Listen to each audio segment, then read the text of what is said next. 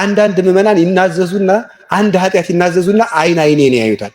ጀጅ አድርጎኛል እንዴት ነው አላደረገኝም ብለው ማለት ነው። ይጨነቃል ሰው። እንደው እኮ ይገርማል። ተናዞ ጨርሶ ራሱ ከሄደ በኋላ ታዝቦኛል አልታዘበኝም ብሎ ነገር ሳይረሳ ራሱ ቼክ ለማድረግ ይደውላል። እንዴት ነው ታዝቦኛል ቅድም አልታዘበኝ እስኪ እንዴት ላረ ንግግሩ ሲቶኑ እንዴት ነው አወጣጡ ብሎ ማለት ነው። አትጨነቁ ለራሳችሁ። እንደውም አንዳንዶቹ ቀለል ያሉ ኃጢአቶቻቸው መጀመሪያ ተናግረው ቄሱን ፊቱን እያዩ ነው ወደኋላ የሚጨምሩት። ከዛ በል እንግዲህ ገብረ ማርያም በይ እንግዲህ ወደ ተማርያም ንስሐው እንግዲህ ይሄ ነው ሲሉ ቆይ አባቴ ረስተውት አይደለም። አጠቃላይ ንስሐ የሚባል ነገር የለም። አሁን አንዳንድ ሰው ንስሐ ሲገባ አጠቃላይ ንስሐ ነው ይገባል። ሰርቄያለሁ፣ ዋሽቻለሁ፣ ጾም ገድፌያለሁ፣ አመንዝሬያለሁ አባቴ ይስጡኝ ነው እንደዚህ ይባል። አጠቃላይ ንስሐ የለም። እንዲህ አርጌ እንዲበድዬ እንዲህ አርጌ የምታፍርበትን ዝርዝሯን ተናገር ነው። የሚያቃልልላችሁን ሰው የምትመርጡ ከበድ ያለ ቀኖና የሚሰጣችሁን ቄስ የምትጠሉ ማለት ነው። እና አትጨነቁ። ግጥም አድርጋችሁ ዝም ብላችሁ ተናገሩ። ቄሱ አይታዘባችሁም። ቢታዘባችሁ ምን ጨነቃችሁ? እናንተ የምትናገሩ ለክርስቶስ ነው። ንስሐ በምትገቡበት ጊዜ ለክብራችሁ መከላከያ አታቅርቡ። በቃ የፈለገ ቄሱ ባልሆነ መንገድም እናንተ አንድ ነገራችሁ እሱ ሚስ ሪፕሬዘንት አድርጎ እጥፍ ቢሰድባችሁ እሺ አዎ ነይ ይበሉ ዝም ብላችሁ። ምን ችግር አለው? በራስ ፈቃድ አባታችን 50 ስግደት ከሰጠን እኛ 100 ማድረግ አንችልም። ከካህኑ ስልጣን እኔ እበልጣለሁ እንደማለት ነው። ለእግዚአብሔር ሺህ ኮርማ ከማረድ በንስሐ አንድ እንባ ማልቀስ ይበልጣል። ሰው አሁን በዚህ ዘመን የማንነት ጥያቄ ሲል እኔ ያስቀኛል። የማንነት ጥያቄስ ሰው በሆንን ክፉ ዘመን አለ የለም? ወገኖች አለ አይደል? የለም። ክፉ ዘመን ምንድን ነው? እሺ ፀሐይ ነው? ክፉ ፀሐይ አለ የወጣው? ክፉ ዝናብ አለ? ምንድን ነው የሆነው? ዓመተ ምሕረት የሆነ ሰውዬ ነው እንዴ? ይሄዳል። የት ነው የከፈው? የሆነን ሰው ለማናደድ ብሎ እኮ ሰዎች የሚመሰርቱት ፍቅር አለ። እነሱ ሳይዋደዱ የሆነን ሰው ለማናደድ ብለው ይፈቅራሉ። ሰው በ300 ብር እየሰከረ የ100 ብር አስራት አውጣ ሲባል ግን ምንድን ነው ቤተክርስቲያን ያል ዘረፋ። አንድ ነገር መተው ካቃተን ምርጫ ማቅረብ ነው። ከእግዚአብሔርና ከዚህ ነገር ብሎ መምረጥ ነው። እግዚአብሔርን ከወደድኩ ይሄን ነገር መተው አለብን። ማን ያሳድገናል በሉ፣ ንስሐ በሉ እንጂ ማን ኃይል ይሰጠናል? ማን ያድሰናል? ንስሐ። በስመ አብ ወወልድ ወመንፈስ አሐዱ አምላክ። በስመ አብ ወወልድ ወመንፈስ ቅዱስ አሐዱ አምላክ። በስመ አብ ወወልድ ወመንፈስ ቅዱስ አሐዱ አምላክ። የተወደዳችሁ የጌታችን የመድኃኒታችን የኢየሱስ ክርስቶስ የክብርና የድህነት ቤተሰቦቹ ምዕመናን አንድ አምላክ በሚሆን በአብ በወልድ በመንፈስ ቅዱስ ስም እንደምን ዋላችሁ? እንደምን ቆያችሁ? እንደምን አመሻችሁ? ዛሬ እንደ እግዚአብሔር ፈቃድ የምንማማረው ርዕስ ስለ ንስሐ ነው። ንስሐ ነው የምንማማረው ዛሬ። ንስሐ ምንድን ነው? መዝገበ ምስጢራዊ ፍቹን እናያለን። መዝገበ ቃላዊ ፍቹ ንስሐ ከግዕዝ ቃል ነው የሚነሳው። ነስሐ ከሚል የግዕዝ ቃል ነው የሚነሳው። ነስሐ ተጸጸተ፣ ተቆጨ ማለት ነው። ንስሐ ምዕላድ ነው። ጸጸት፣ ቁጭት ማለት ነው። ወደ መንፈሳዊ ፍቹ ዝም ብለን አምጥተን ይሄን ደግሞ መንፈሳዊ ስናደርገው መንፈሳዊ ፍቾች አሉት፣ ሌሎች ቴዎሎጂካል ፍቾቹ ማለት ነው። አሁን እዚህ ላይ ዝም ብለን ይሄ ጸጸት ማለት ምን ማለት ነው ሲባል ያለፈ ክፉ የሆነ ስራን መጥላት ማለት ነው። ያለፈ ክፉ የሆነ ስራን መጥላት ማለት ነው። ስለዚህ ንስሐ መግባት ማለት ኃጢአትን አሁን ንስሐ መግባት ብዙ ሰው ይፈልጋል፣ ግን በጣም መሰረታዊ ችግሩ ኃጢአት ማነው? ንስሐ ከየት እንደሚጀመር ግራ ይገባል ለብዙ ሰው። ምንድነው የማደርገው ንስሐ ለመግባት የሚል ብዙዎቻችን ግራ እንጋባለን። ያንን ለማጣት ነው። ስለዚህ ንስሐ ስንገባ የምንጀምረው ንስሐ ኃጢአትን መጥቶ ለቄስ ሪፖርት ማድረግ አይደለም። ንስሐ ኃጢአትን መጥላት ነው እንጂ መጥቶ ለቄስ መናገሩ ላይ አይደለም የሚያተኩረው። የማንመለስበት ምክንያት ንስሐን መንግስተ ሰማያት ለመግባት አንዱ መስፈርት ወይም ለመቁረብ አንዱ መስፈርት ህግ አድርገን ስለምንይዘው ኃጢአቱን እንናገረዋለን እንጂ መልሰን እንሰራዋለን አንወጣም። ለምን? ኃጢአቱን ጠልተነው አልመጣንም። ኃጢአቱን ጠልተነው ጉዳቱን ተረድተን ሳይሆን የመጣ ነው። ንስሐ መግባት አለብኝ ብለን ነው የመጣ ነው። ንስሐ ካልገባው እግዚአብሔር ጋር አልታረቅም ሲኦል እገባለሁ ብለን ነው እንጂ የምንመጣው ኃጢአት አስጠልቶን አይደለም። እና ንስሐ ኃጢአትን መጥላት፣ ክፋትን መጥላት፣ ኃጢአትን መጥላት። ሁለተኛ ወደ እግዚአብሔር ምን ማለት ነው? መመለስ ማለት ነው። ንስሐ ማለት መመለስ ማለት ነው። ፍቹ በራሱ ንስሐ ማለት ሲተረጎም መመለስ ነው። ወዴት ነው የምንመለሰው? በጣም ግሩም። ወደ እግዚአብሔርና ወደ ማን? ወደ ራሳችን እንመለሳለን። አንድ ሐሳብ ልንገራችሁ። ንጽህና ማለት ምን ማለት ነው? ንጽህና ምንድን ነው? ንጽህና ማለት ነው ኃጢአት አለመኖር። እውነታችን ነው። ልብሱን አጥበን ስንጨርስ ምን አለ እንላለን? ነጻ እንላለን። ስለዚህ ነጻ ማለት ምን ማለት ነው? የተደረበበት ነገር ምን አለው ነው? ለቀቀው ማለት ነው። እና ልብሱ ወደ ቀደመ ተፈጥሮ ምን አለ ነው? ተመለሰ። ስለዚህ እኛ ኃጢአት ስንሰራ ሌላ ነገር አለ የሚሰጠው። ወደ ነበርንበት ተፈጥሯችን፣ ወደ ጥሩ ተፈጥሯችን ነው የምንመለሰው። ኃጢአት እንስሳ ያደርጋል፣ አውሬ ያደርጋል፣ ሰይጣን ያደርጋል። ሰውን ራሱን ማለት የሰው ሰይጣን፣ የሰው አውሬ፣ የሰው እንስሳ ያደርጋል። ስለዚህ ከዚያ ወደ ሰውነት መመለስ ነው። የጫናውን ትቢያ ማራገፍ፣ ዝገቱን ማራቅ ማለት ነው። ይሄ ስለሆነ ንስሐ ወደ ተፈጥሮ መመለስ ነው። ማንነትን መመለስ ማለት ነው። ሰው አሁን በዚህ ዘመን የማንነት ጥያቄ ስለኔ ያስቀኛል። የማንነት ጥያቄ ሰው በሆንን አሁንም ሁላችንም የማንነት ጥያቄ አለብን። እንደ ሰውነታችን እየኖርን አይደል? በእውነቱ ማለት ነው። ሌላ ማንነት ነው የምንኖረው። ስለዚህ ወደ ትክክለኛ ማንነት መመለስ። አሁን ለምሳሌ እናንተ ለሆነ ስጦታ ከመንግስት ቢሮ ተሰልፋችሁ ሲጠራችሁ አንድ ሰው ስማችሁን ትቶ አቶ አውሬ፣ ወይዘሪት እንስሳ ቢላችሁ ምን ትላላችሁ? አትናደዱም? እንናደዳለን። እንደዚያ እኮ በአኗኗራችን እኮ እንደዚያ ነን።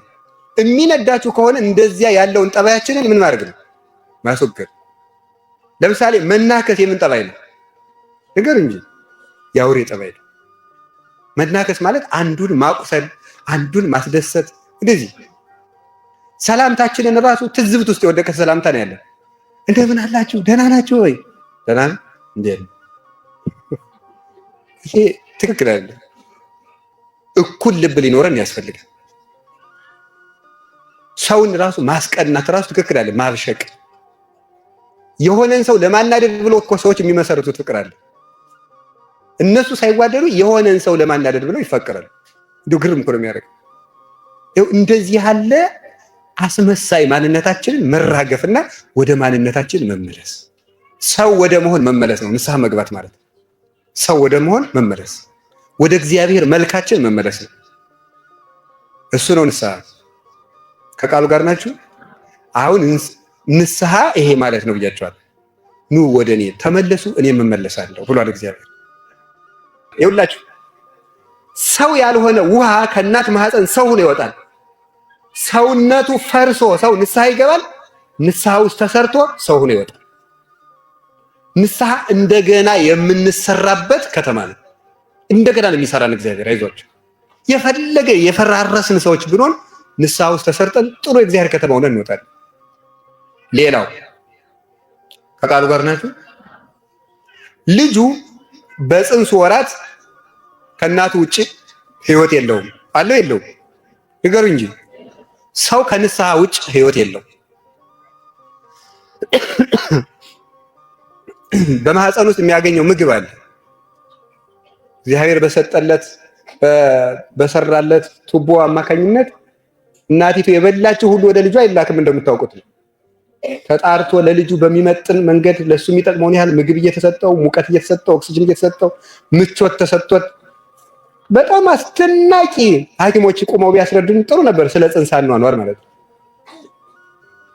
እና ያንን ሁሉ ተመችቶት ይኖራል። ካልሆነ ይሞታል። ልጁ ያለ ጊዜው ከወጣ ይሞታል። ሰው ከንስሐ ከተለየ ህይወት የለውም፣ የሞተ ነው። ልጁ ከእናቱ ማህፀን ሲወጣ የአባቱን ሀገር ብርሃን ያያል፣ ወይም የእናቱን ሀገር። ልጁ ከእናቱ ማህፀን ሲወጣ የወላጆቹን ሀገር ብርሃን ያያል። ሁለት ሰው ከንስሐ ማህፀን ሲወጣ የእግዚአብሔርን ብርሃን ያያል ይላል አረጋዊ መንፈሳዊ። በጨለማ ማህፀን ውስጥ ተጠቅሎ የነበረው ባለማወቅ በድንቁርና ተይዞ የነበረው የእግዚአብሔርን ብርሃን ያያል። ብነ ሰለስቱ ልደታት ይላል ቅዱስ አትናቴዎስ በቅዳሴው ደግሞ ሲናገር ለኛ 3 ልደት አለን ይላል። 3 ልደት አለን። አንዱ ጥምቀት ነው፣ አንዱ ቁርባን ነው፣ አንዱ ደግሞ ንስሐ ነው ይላል። ንስሐ አንድ ልደት ነው። ቅዱስ ዮሐንስ አፈወርቅ ደግሞ ሰው 2 ጊዜ ያረጃል ይላል። 2 ጊዜ ያረጃል። አንደኛው በእድሜው ያረጃል፣ ሁለተኛው ደግሞ በኃጢአት ያረጃል። በኃጢአት ያረጃል። ንስሐ ምንድን ነው የሚያደርገን? እንደገና ሐዲስ ያደርገናል። የምንታደስበት ቦታ ነው ንስሐ፣ እርጅናት የሚታደስበት። እስኪ አንድ ንገራችሁ፣ አንድ ጥያቄ ልጠይቃችሁ። ኤክስፔሪየንስድ ማን ማለት ምን ማለት ነው? ትርጉሙን ለነገረኝ ይሸልማለሁ። ልምድ ያለው አይደለም። እሺ፣ የቤት ስራ ለነገ ይዛችሁ ነው። ምን ማለት ነው? ልምድ ያለው ብላችሁ ብታመጡ ኤክስ። እሺ፣ በዓለማችሁ ትክክል ናችሁ። መንፈሳዊ ፍቹ ግን ከእግዚአብሔር ጋር የተዋሃደ ሰው ማለት ነው። ቴዎሎጂካል ተርሙ እንዲህ ነው የሚተረጎመው። ኤክስፔሪየንስድ ማን ማለት ከእግዚአብሔር ጋር የሚኖር ሰው፣ የበቃ ሰው ማለት ነው። በቴዎሎጂ ቋንቋ እንደዚህ ነው የሚተረጎመው። እና ከእግዚአብሔር ጋር የኖረ አንድ ሽማግሌ በ90 ዓመቱ ከእግዚአብሔር ጋር እድሜ ልኩን ሲጾም ሲጸልይ የኖረ ባህታዊ እና አንድ የ30 ዓመት ወጣት ቢሰግዱ ማን ጠንካራ ሊሆን ይችላል? ዝም ብሎ በኃጢአት የሚኖር የ30 ዓመት ወጣት ማን ነው ጠንካራ የሚሆነው? አቤት፣ ሽማግሌው ይጠነክራሉ ወይስ ወጣቱ ይጠነክራል? ሽማግሌው ነው የሚጠነክሩት። ምክንያቱም ይሄኛው በምን አርጅቷል? በኃጢአት አርጅቷል። በኃጢአት ማርጀት የእርጅናዎች ሁሉ ክፋት። የከፋ እርጅና የሚባለው በኃጢአት ማርጀት ነው። ኃጢአት አሮጌ ያደረገው ሰው ማፍሰስ ነው ስራው። ይኸውላችሁ እይጠቅቡ ደርገ ንጹሃ ውስተ ልብስ ብሉይ ወይት ማላ ይላል። ምን ማለት ነው? አዲስ ልብስ አዲስ ልብስ ከአሮጌ ልብስ ላይ አይሰፋም ይላል። እናንተ እንደዚህ ለብሰ ሰፍታችሁ ስለማትለብሱ ምሳሌው እንግዲህ አሁን ለወደፊቱ በምን ልንመስለው ነው? ይሄን መጽሐፍ ቅዱስ አሮጌ ልብስ ቢኖር የተቀደደ ልብስ እናንተ ሲጀምር እስኪቀደድ ልብስ አትለብሱ መሰለኝ። የተቀደደ ልብስ አለ፣ ያረጀ በጣም የተቀደደ። እዚያ መሀል ላይ እንደው በሞቴ ስሙኝ፣ መሀል ላይ አዲስ ልብስ አምታችሁ ብትሰፉበትና ቀዳዳውን ብትደፍኑት ምንም ያደርግ ይመስላችኋል? ይከብደውና ዙሪያውን ቀዶ ዞት ይወጣል። ይከብደውና የኃጢአት አሮጌ የሆኑ ሰዎች ቤተክርስቲያኑ ሲመጡ ብዙ ነገር ይዘው ነው የሚወጡት። ይዘው ይወጣሉ። ከባዶች ናቸው ለብዙ ነገር ይዘው መውጣት። ሁልጊዜ ምንድናቸው? ይሄ ድሮ ቤት ሲሰራ ደንጓሪ፣ አነዋሪ የሚባሉ አሉ። ደንጓሪ እነዚህ ተቀጥረው ነው በነገስታት።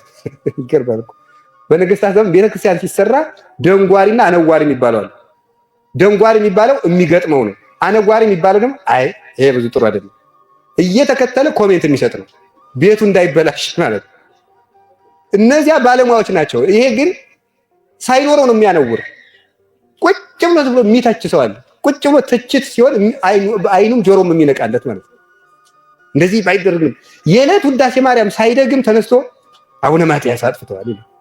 እንዲሁ አይደረስ እኮ አንድ ይሁዳ አስቀድሶ ያውቅ ብፁዕ አቡነ ገሌ ግን እዚህ ላይ ልክ አይደሉም ይላል።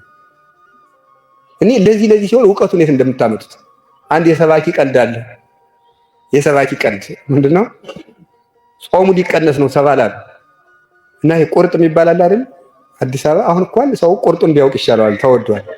እና እሱን ጠረጴዛ ላይ አጋድሞ እየበላ እንደዚህ ብሎ አንተ ጾሙ ሊቀንሱ ነው ይንኩት የማያንጾ ያለ ይበላል። በራሱ እየበላ ግን ደግሞ ጠበቃ ነው ለቤተክርስቲያን። አሮጌ ጨርቅ ብሎ እዚያ ሰው ያስተባብራል። የሐሜት ጓደኞችን ቤተክርስቲያን ውስጥ ያስነሳል። አንተ እንደዚህ ያሉት እኮ እንደዚህ አረተው ነው ይቀርማል ማይረው ያለ ያደራጃል። ይሄ ምንድነው? አሮጌ ልብስ። እስኪ በሉ ይኸው አዲሱ አሮጌውን ጨርቅ እንደሚቀደው ሁሉ አሮጌው ጨርቅ አዲሱን ጨርቅ መሸከም እንደማይችል ሁሉ በጎ ነገርን መሸከም የማይችል ሰው ያደርገናል። ከዛ ደግሞ ምናል እየወድዩ ወይን ሐዲስ ውስተ ዝቅ ብሉይ አዲስ ወይንን ባሮጌ ማሰሮ ወይም ባሮጌ ረዋት አይጨምሩትም ማለት። ረዋት የሚባሉት አይሁድ ወይን የሚያስቀምጡበት የለፋ ነገር እንደ ማሰሮ ሳይሆን ሌላ ነገር ነው። እንደ ወይ ከከብት ቆዳ የሚዘጋጅ እንደ አቁማዳ ሆኖ የወይን አቁማዳ እንደማለት ነገር ነው። ከረጢት እንደማለት ነው አይደል? አይታችሁ ታውቃለች? ወይን በምንድን ነው የሚሸጠው? በጠርሙስ። ሌላስ በምንድን?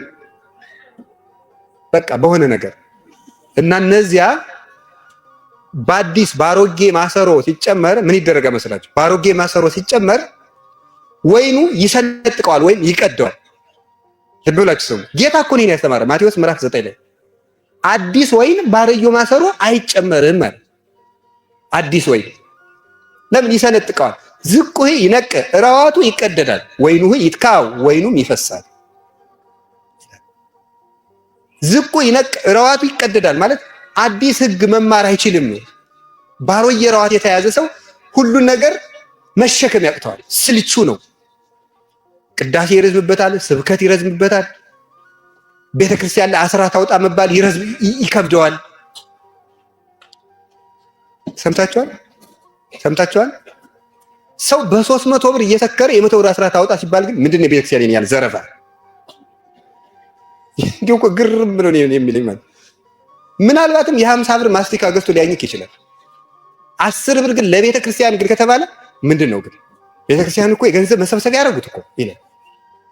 ይሄ ለምንድን ነው ከተባለ አሮጌ ማሰሮ። እግዚአብሔር ይስጥልኝ። እስኪ አሮጌ ማሰሮ በሉ እንጂ ወይን መሸከም ማይችል አሮጌ ማሰሮ። በቃ አንዲት ነገር ዝቁ ይነቅ ረዋቱ ይሰነጠቃል፣ እሱም ተስፋ ይቆርጣል፣ አይረባም። ወይኑ ይትካ ወይኑም ይፈሳል ማለት ሕጉንም አይዘውም። አቡነ ሽኖዳ እንደዚህ እያስተማሩ የረቡዕ ጉባኤ ነበራቸው። የረቡዕ ጉባኤ እያስተማሩ መጨረሻ ላይ ጥያቄ አለው እና ሲጠየቁ ምን አላቸው? አንዱ አባቴ የመርሳት ችግር አለብኝና ምን ላድርግ አላቸው። መፍትሄውን ብነግርህ ትረሳዋለህ አለ። ምንድነው? ስለዚህ አንተ የመርሳት ችግር እንዲለቅ ትምህርት ሳይሆን የሚያስፈልግ ምንድነው ነው? ንስሐ ነው። አርጅተህ ነው። በምንድን ነው ያረጀኸው? ነው በኃጢአት ስላረጀ አሮጌ ማሰሮ ሆነሃል። ትምህርቱን ልትይዘው አትችልም፣ ምክሩን አትይዘውም ነው። እና ለመማር ራሱ ንስሐ መግባት አለብን፣ መዘጋጀት አለብን። ምክር እንዲገባን፣ ቅዳሴ እንዲገባን፣ ሕግ የሚከብድብን ኦርቶዶክስ እኮ በጣም ኮምፕሊኬትድ እኮ ነው። ውይይችን ቤተክርስቲያን የሚል ሰው አለ። ምን አይነት ጾሙ እንደዚህ፣ ስግደቱ እንደዚህ፣ ቅዳሴ ስርዓቱ ሰፊ ነው ምናምን እያለን የሚያወራ ቀለል በቃ ወደኛ የሚቀርብ አይደለም ምናምን ዘመኑ አልተዋጀም ምናምን ነው የሚለው። መቼስ ማለት ከቃሉ ጋር ናቸው። አቤት በስፖርተኛ መስዬ ምሳሌ ላስተምራቸው። እኔ አልጀመርኩትም። ቅዱስ ጳውሎስ በግሪክ ቡጢ ውድድር አስተምሮበታል። ጢሞቴዎስ መልእክት ላይ አለ። እነዚህ ስፖርት የሚሰሩ ሰዎች ታውቃላችሁ? ቡጢ የሚገጥሙትን ታውቋቸዋላችሁ? እሺ፣ መጀመሪያ አካባቢ ቀለል ያለ ነው፣ ከበድ ያለ ክብደት ነው የሚያነሱት ነገር እንጂ ቀጥሎስ ከበድ ያለ፣ ቀጥሎስ ከበድ ያለ። አሁን አንድ ሰው አንድ ዳቦ ሁለት እጁ ይዞ ግን ጡንቻው ይጠነክራል። ቀለል ያለ ነገር የምትወድ ከሆነ አልጠነክር፣ ለጋ ነህ ማለት ነው። ይሄው እኮ ነው ሰው ሲጠነክር ከባድ ነገር። ሕፃን ልጅ አጥንት ይቆረጥማል አይቆረጥም? ስለዚህ አጥንት አይሰጠውም ማለት ነው።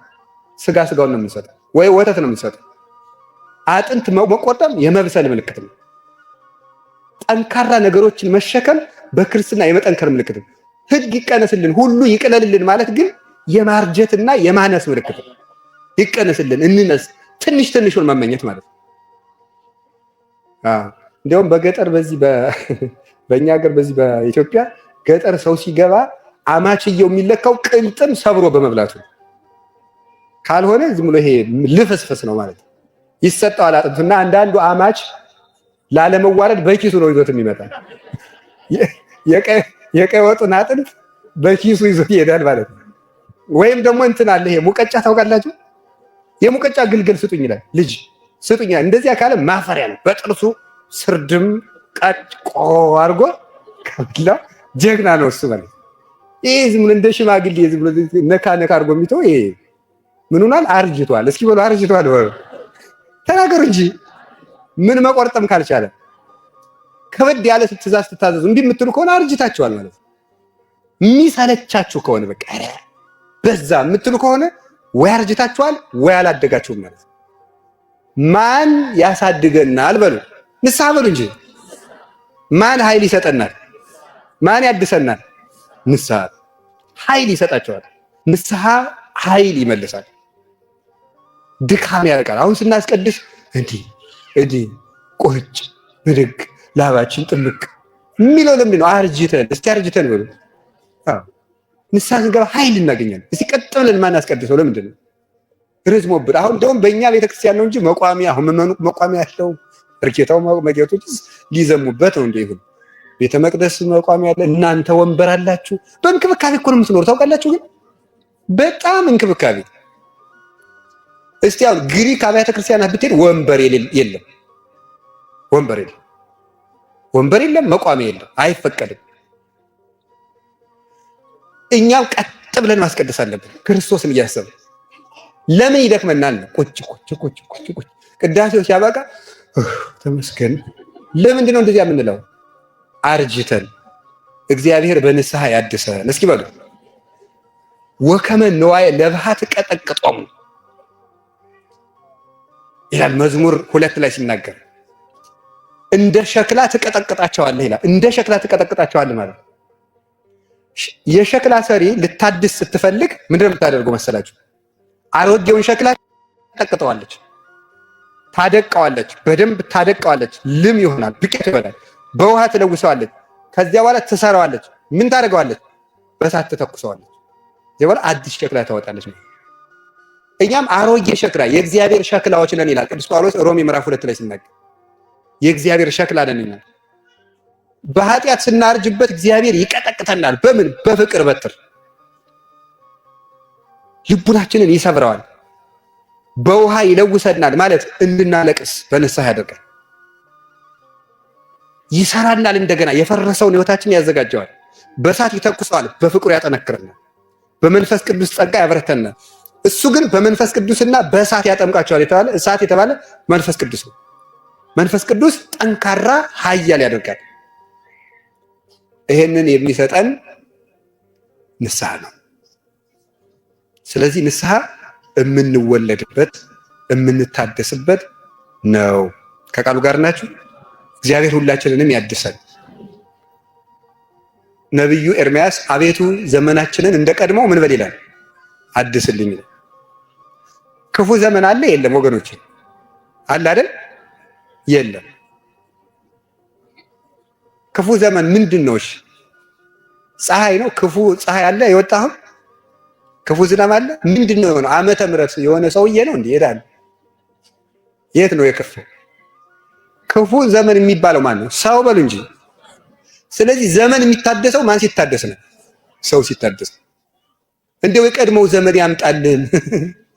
የቀድሞው ዘመን በባቡር ይምጣ፣ በመኪና በአውሮፕላን ነው የሚመጣው? ሰውዬ ነው እንዴ? የቀድሞው ዘመን እኮ የቀድሞው ህይወታችን ነው። እኛ ስንስተካከል ነው ዘመን በጎ ሆነ የሚባለው። ንስሐ ይሄ ነው። ከቃሉ ጋር ናቸው? እሺ። ንስሐ መስዋዕት ነው። ሁለተኛ ትርጉሙ ንስሐ መስዋዕት ነው። መንፈሳዊ ፍቹን ነው የምነግራችሁ። ንስሐ መስዋዕት ነው። ንስሐ መስዋዕት ነው። መስዋዕት ማለት ምንድነው ተብሎ መንፈሳዊ ፍቹ ሲተረጎም መስዋዕት ማለት የሚወዱትን ነገር ለእግዚአብሔር ብሎ መተው ማለት ነው። ይተረጉማሉ ሊቃውንት። መስዋዕት ማለት በሉ የሚወዱትን ነገር ለምሳሌ አንድ ሰው የሆነ አሳይመንት ስራ ብሏችሁ ሌሊት ስትሰሩ አድራችሁ ጠዋት ስታስረክቡት በጣም አመሰግናለሁ ምን ተላችሁ ስለምን እንቅልፌን ሳክሪፋይ አድርጌ ወይ ሰራውልህ ምን ማለት ነው? የምወደውን እንቅልፌን ምን ብዬ ነው ትቼ ማለት ነው። ስለዚህ መስዋዕት ማለት የሚወዱትን ነገር ለእግዚአብሔር ብሎ ምን ማለት ነው? መተው ማለት ነው። የሚወዱትን ነገር ብሎ መተው እና ንስሐ ይኸውላችሁ ወግሪስ የሚባል የቤተ ክርስቲያን አባት 4ኛው ክፍለ ዘመን የነበረ ሊቅ ነው ይናገራል። ለእግዚአብሔር 1000 ኮርማ ከማረድ በንስሐ አንድ እንባ ማልቀስ ይበልጣል ይላል። 1000 ፍሪዳ ከማረድ 10,000 ከብቶችን ከማረድ። ለምሳሌ አሁን ቤተክርስቲያን ሰራላችሁ እናንተ አይደል? ቤተክርስቲያን ሰራላችሁ፣ ብዙ ስራ ሰራላችሁ። በእውነት እግዚአብሔር በሚያውቀው ይሄ ሁሉ ነገር እናንተ ስላላችሁ የተደረገ ነው፣ ጥርጥር የለውም። ግን ከዚህ ሁሉ በላይ እግዚአብሔር የሚፈልገው ምንድን ነው? ንስሐ ስትገቡ ነው ደስ የሚለው። 10 ሚሊዮን ቢሊዮን ትሪሊዮን ኳትሪሊዮን ዶላር ከምትሰጡት አሁን ንስሐ ብትገቡ ለእግዚአብሔር ውድ ስጦታ ትሰጡታላችሁ። ለእግዚአብሔር ውድ ስጦታው ሰው ነው። ስለዚህ ንስሐ መግባት መስዋዕት ነው። አንድ የምንወደውን ምን እንተዋለን? ኃጢአት በሉ ማለት ምንድን ኃጢአት የምንወደውን ኃጢአት መተው ነው። አንድን ነገር መተው ካቃታችሁ ጥያቄ ጠይቁ። አንድን ነገር መተው ካቃተን ምርጫ ማቅረብ ነው። ከእግዚአብሔርና ከዚህ ነገር ብሎ መምረጥ ነው። እግዚአብሔርን ከወደድኩ ይሄን ነገር መተው አለብኝ። ምርጫ ነው። ንስሐ ምርጫ ነው።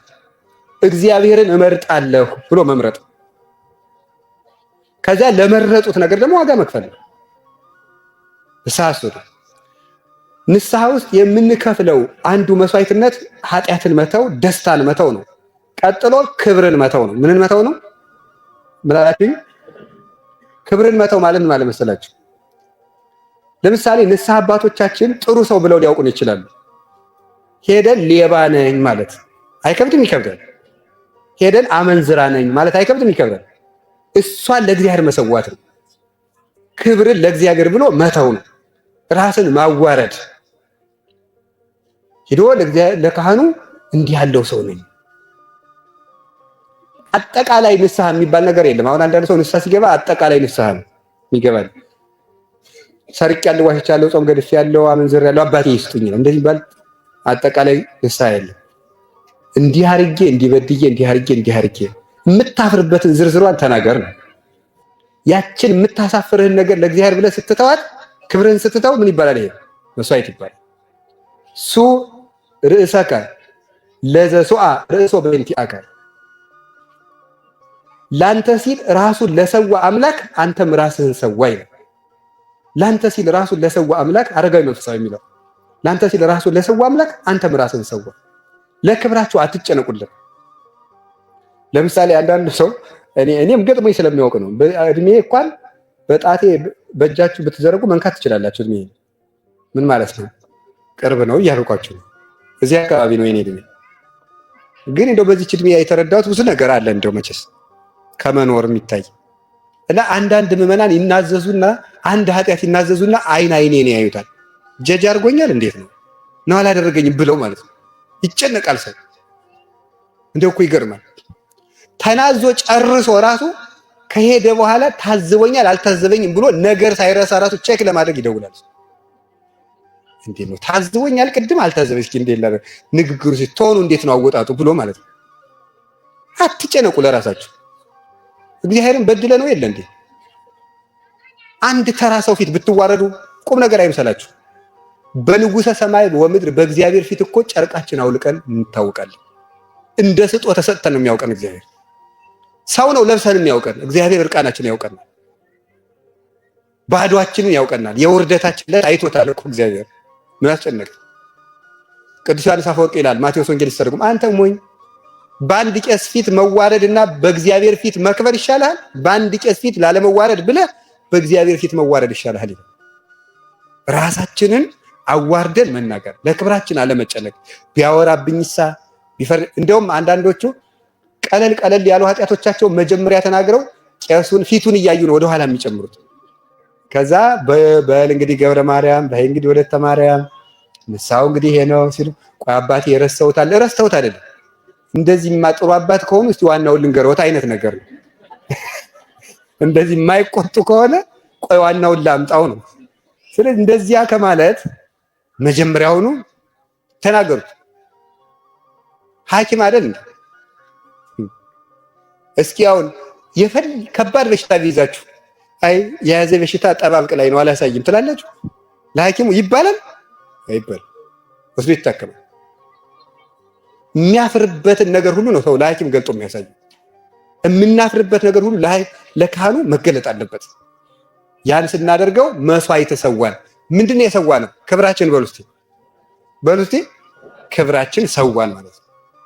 ያችን የምታስጨንቀንን ነገር ምን እባላለሁ የምንላትን ነገር አውጥተን ጣልናት። የሚፈልገው እግዚአብሔር ነው።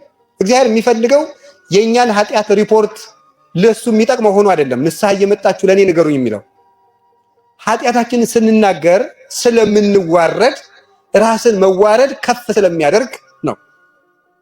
ለዚያ ነው ተናዘዙ የሚለን። ከቃሉ ጋር ናቸው። እግዚአብሔር ከሁላችን ጋር ይሁን እና አትጨነቁ። ግጥም አድርጋችሁ ዝም ብላችሁ ተናገሩ። ቄሱ አይታዘባችሁም። ቢታዘባችሁ ምን ጨነቃችሁ? እናንተ የምትናገሩ ለክርስቶስ ነው። ሶስተኛ ንስሐ ጠባብ መንገድ ነው። የማቴዎስ ወንጌል ምዕራፍ 7 ላይ ወደ ሕይወት የምትወስድ ጠባብ መንገድ ወደ ሕይወት የሚወስደው ጠባብ መንገድ ነው። ጠባብ መንገድ የተባለበት ምክንያት አንደኛው ቅድም እንዳልኳችሁ ተከብሮ የሚኖረው ሰውዬ ምን ማድረግ ነው? ራሱን አዋርዶ ምን ማድረግ እናዘዙ ነው። ይሄ ጠባብ ነው። ለሰው ልጅ ጠባብ መንገድ ማለት መዋረድ ነው። ያን ማንም አይፈልግም። አንዳንድ ሰው እኮ እንደውም ተናዞ ምክር ሲመክሩት በል እንዴ እንደዚህ አይደረግም ሲል አይ አባ እንደዚያም ስላልኩት እኔ የከፋው ሰው አይደለሁም ይሄ እኔ እንዴ አስራቴን አወጣለሁ እንደውም እንትና የሚባለውን ገዳም ያውቃሉ እሱን ያሰራሁት እኔ ነው ብሎ ደግሞ ማብራሪያ ይጨምራል ደግሞ ማለት ነው። ምን አስጨነቃችሁ እንዴ? ይሄ ልፋታችሁ እናቶች እንደው እግዚአብሔር ያውቅላችኋል እኮ ምን ያለፋችኋል? ንስሐ በምትገቡበት ጊዜ ለክብራችሁ መከላከያ አታቅርቡ። በቃ የፈለገ ቄሱ ባልሆነ መንገድ እናንተ አንድ ነገራችሁ እሱ ሚስ ሪፕሬዘንት አድርጎ እጥፍ ቢሰድባችሁ እሺ አዎ ነይ በሉ ዝም ብላችሁ ምን ችግር አለው? በዚያ ክብራችሁ አይቀጥላችሁ ቄሱ ምን ያደርግላችኋል? ብትዋረዱ ምን እናወራለን? እና ክብርን መተው ጠባብ መንገድ ነው። ይያያዛል ከቅድም ጋር። ሁለተኛው ቀኖና ከባድነቱ ሀብታምን ጹም ማለት ድሃን ስጥ ማለት ይላሉ አባቶቻችን። ሰማችሁ? ሀብታምን ምን ማለት ዳስ ወቅ ሀብታምን ጹም ድሃን ጹም ቢሉት ለምዶታል። ሀብታምን ስጥ ቢሉት ምን ቀንስና ስንት ነው? ስጠው አያሽብር ምንም አይመስለው።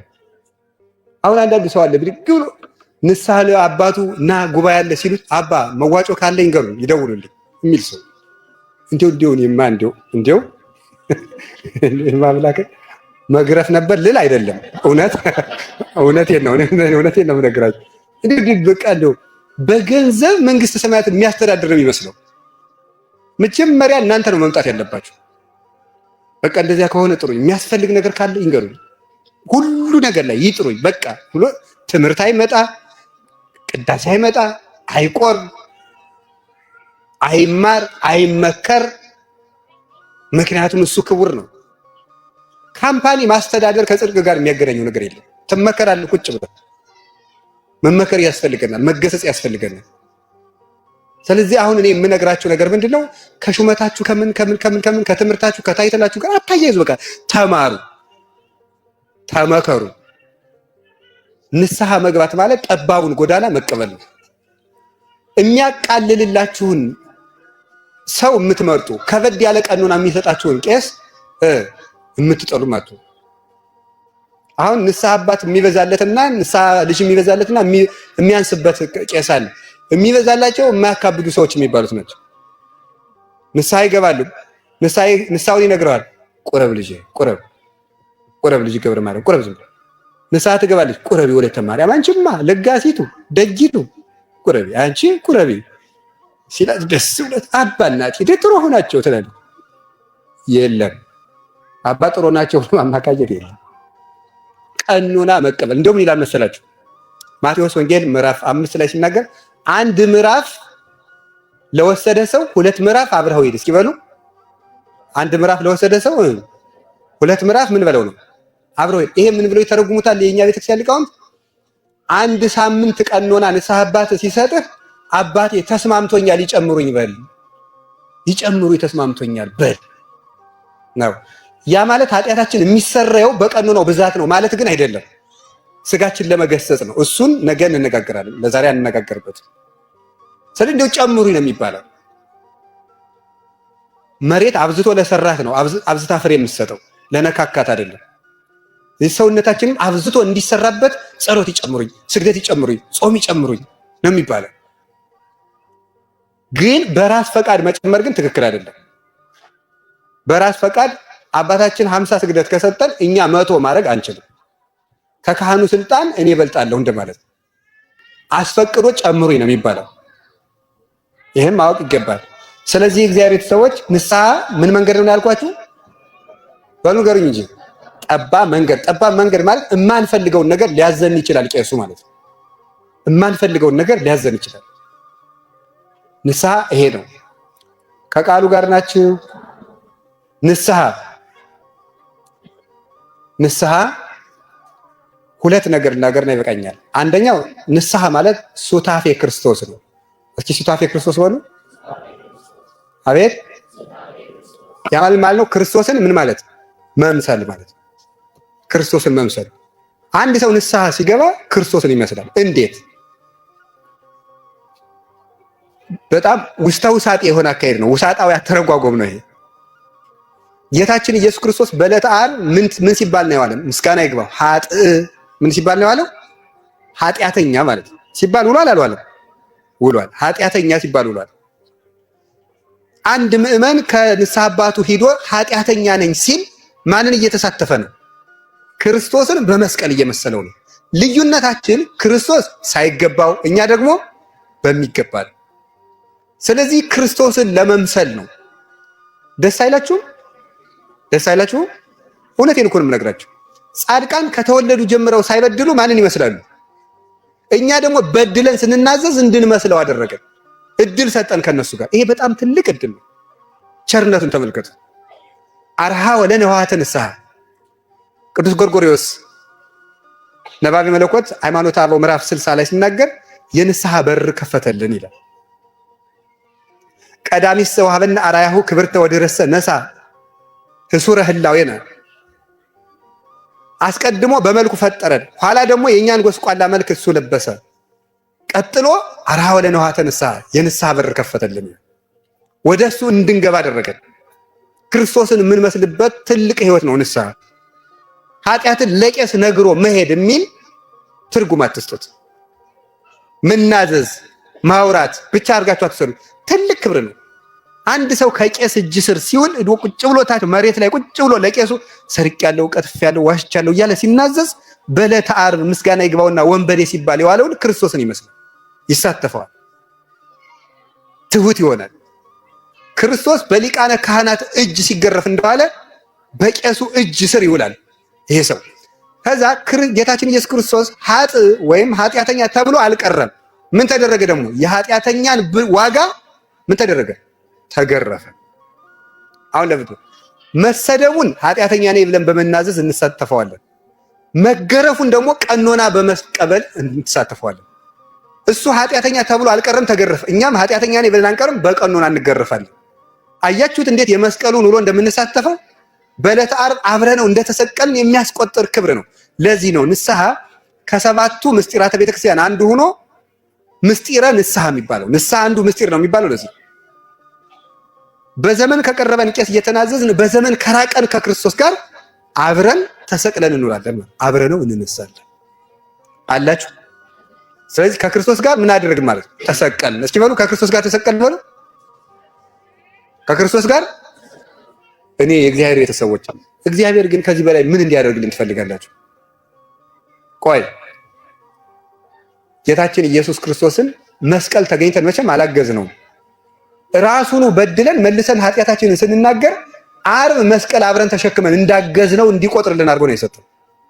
ከዚህ በላይ ትልቅ ነገር የለም። የቆሸሸ ኃጢአታችንን እየተናገርን ከክርስቶስ መስቀል እንሳተፋለን። የመጨረሻው ኃጢአት ንስሐ ትንሣኤ ነው። እስኪ በሉ ንስሐ ምንድን ነው? ትንሣኤ ነው ንስሐ። እሺ ንስሐ ትንሣኤ ነው።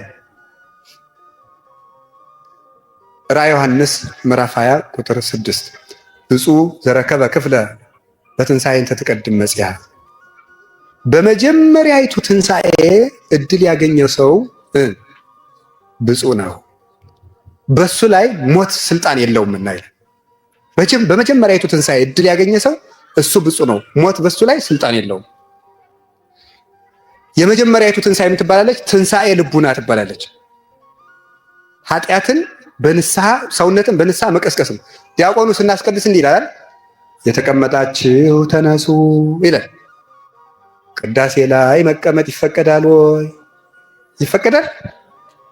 እና የተቀመጣችሁ የሚለን ምኑን ነው? በኃጢአት አልጋ የወደቃችሁ ሰዎች በንስሐ ምን በሉ ነው? ተነሱ ነው የሚለን። ወደ ምስራቅ ተመልከቱ።